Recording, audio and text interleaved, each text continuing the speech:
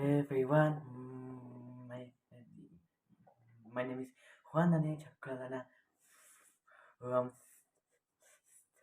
second grade, and today we we, we will see an example of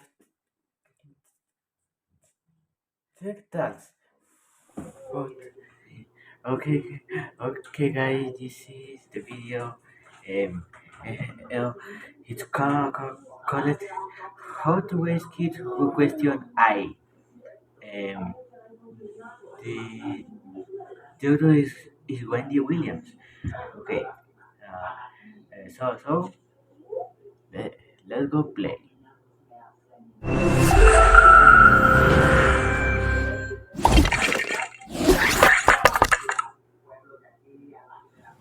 In the 1940s, the radio was a transformative technology, but it wasn't an immediate hit. That's because the radios of the early 1900s looked like this: unwieldy contraptions of exposed wires and glowing vacuum tubes, like a science fair project gone wrong. And it wasn't until 1929, when radio started to look like this. Okay. Here we show various device, the legal radio, and from who knows what. And it was created, and, and, and, and it was created in in in one 1951. Okay, what's epic? I know the subtitles. I don't know. With its sleek bakelite, that's a kind of plastic shell, that they became insanely popular, but at a critical cost: transparency. What happens when technology becomes a black box and we stop being able to see what's going on inside? It's it's two. Uh, a black box. Um, I don't know what what you mean. By the way. Okay, but well, I don't mean next. Fast forward 100 years. Today, the sci-fi, artificial intelligence devices of our dreams have been woven into the very fabric of modern life. But like the radio, these systems are bakelite. We've hidden the machine behind frictionless interfaces, beneath friendly voices, and inside children's toys. Over the past decade, I've had a lot of conversations with kids about AI as an MIT researcher and founding member of Day of AI, a nonprofit creating opportunities for millions of children around the world to learn about how AI works. And here's what I've been seeing. These devices mimic intelligence and friendliness so well that children learn to trust them, sometimes more than they trust themselves. And there is real danger of children becoming overly reliant on or inappropriately attached to their smart toys. Okay, I just wait. Yes, oh yes. Um, um, uh, um, this this was nothing that the theory has evolved, and we should teach kids the proper use of technology because it's very important. Very important. Okay, okay guys. Next. That said, with some intentional choices on the parts of adults, we can help children see the technology for what it really is: objects that they can play with or even program, rather than entities that they should look to for all the answers. My journey exploring kids and their relationships with AI began early in my days at MIT, working on this fluffy, adorable social robot, Tega. Oh, okay, okay. Well, what a cute robot. Oh, no, okay. It looks very functional. Okay, okay. Very surprised. Let's go. So Tega being a social robot means that its goal is to help people with their goals. Social robots are used throughout healthcare, customer service, and education. In Tega's case, we were building it to see if a robot could help young children as they were learning how to read. Let me show you a quick clip of Tega in action. Buenas noticias para los que nos gusta Okay. En Spain, no way. ver crecer el capital a corto plazo. Y es que en litio ahora podrás poner a crecer tus dólares digitales al 10% efectivo. I love it. Okay. What Simulation. we are trying to find lavender color stuff. Okay. That's The not word lavender. was lavender. Yes. The word was lavender. What is lavender though? Lavender is purple. Yes. Just like my friend loves lavender.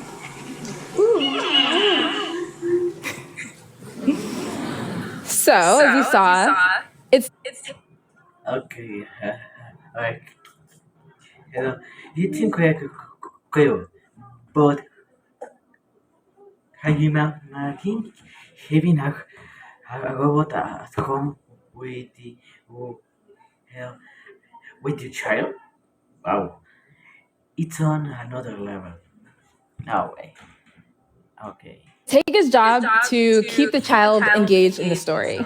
Tega will ask questions, add funny commentary, and of course, weave in that target vocabulary for the week. And it was my job to introduce Tega and get children oriented to how to use it. So one day I come into the study room and I say, "Hi, my name is Randy. This is Tega. You're going to read some stories with Tega today. Let me show you how it works." And the girl I was working with, a kindergartner, stops me. "No thanks," she says. "I know all about robots. I have an Alexa at home, and she's my best."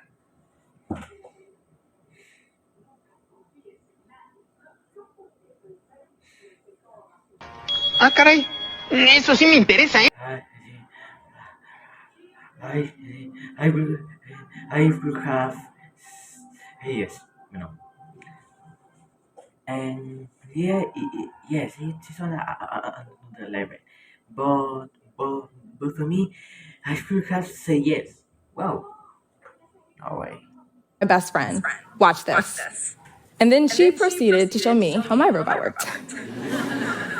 What do we make of a response like that? Well, first, I thought it was kind of impressive that this girl, who again was learning how to read, could effortlessly navigate the internet thanks to voice technology.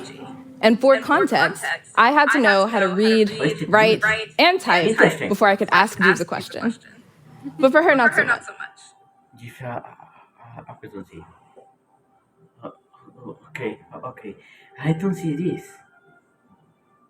Voice technology. Yeah. Okay.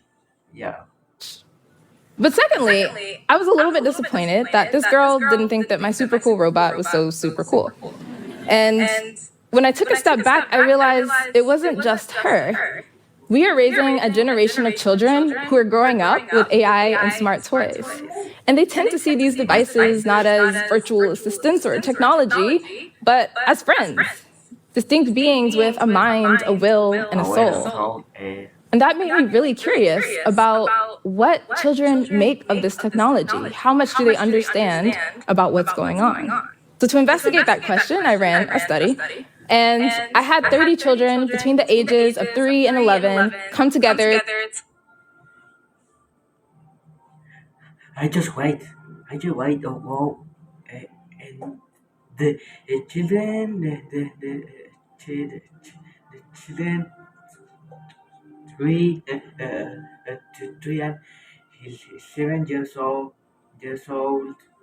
Um, and we should teach the use of technology. Come together to interact. Yeah. Oh wow. Okay. I don't know. Stay no way. to interact with a whole bunch of different smart toys all at once. We had toy robots, talking dolls, text-based chatbots, and of course, plenty of virtual assistants like Alexa and Google Home. One of the girls in the study, her favorite animal, they were sloths. She loves sloths. She'd been telling us all day how much she loves sloths. And so naturally, when she got Bueno, I like me too slots. I like slots. I like foodies. hold of an Alexa, she wanted to learn more about sloths from Alexa. So she picks up Alexa and says, Alexa, what do sloths eat?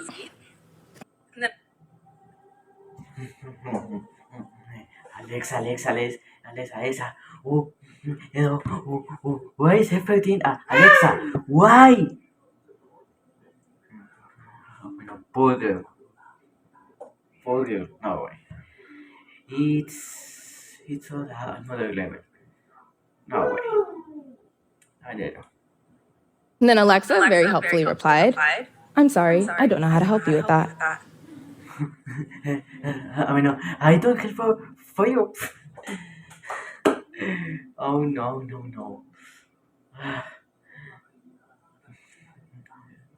Oh no. Burger. Burger.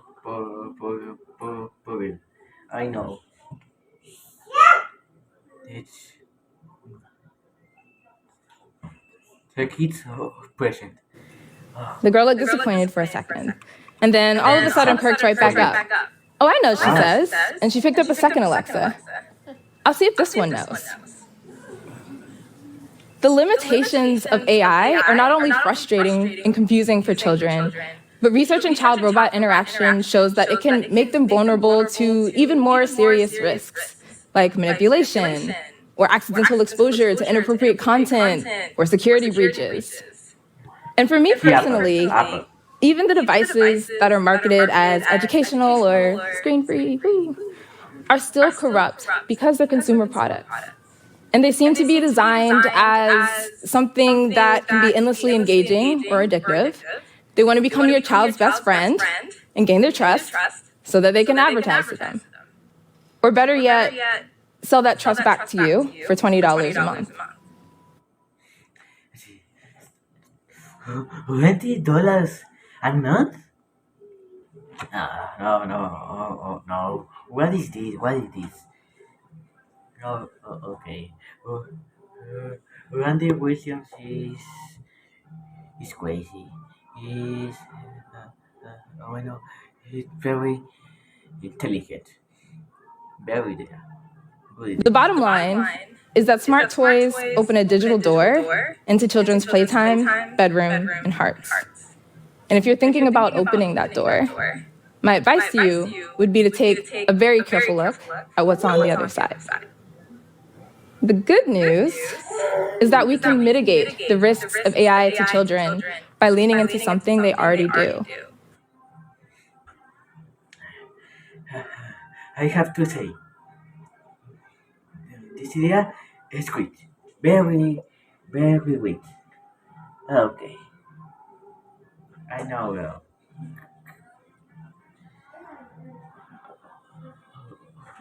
Okay, next. No. Kids are natural reverse engineers. Over and over again, I've watched children playing with AI devices, trying to break it, just asking seemingly absurd questions like, Alexa, how old are you? Or Cosmo, which is a toy robot car, can you jump? Or, hey Google, is it okay if I eat you? And these questions, while silly, also are an example of children probing the machine about its very nature. Play is inherent. Yeah. Yes. Hello. It's very nature, but for you. Um. Uh, about me too for me. So. Wait. Bueno. Okay. I'm going to leave this the spirit here because it has more filler than me. Okay. No way, dog. Okay, guys, I hope you like it. This is the example of tactiles. I will you like it, and I wish you a good day. Goodbye.